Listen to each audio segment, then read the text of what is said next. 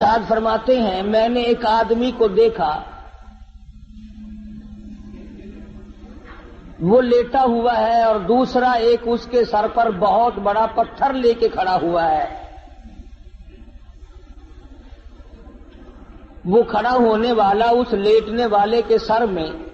اتنا زور سے پتھر مارتا ہے کہ سر ریزہ ریزہ ہو جاتا ہے،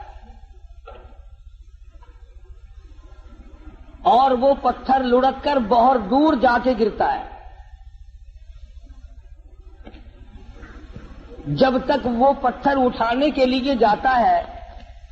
جس نے مارا تھا، اس وقت تک وہ سر بالکل صحیح سالم ہو جاتا ہے، اور وہ اس پتھر کو اٹھا کر لا کے پھر دوبارہ اس کے سر میں مارتا ہے۔ عرض کیا صحابہ کرام نے، یا رسول اللہ صلی اللہ علیہ وسلم، وہ کون آدمی ہوگا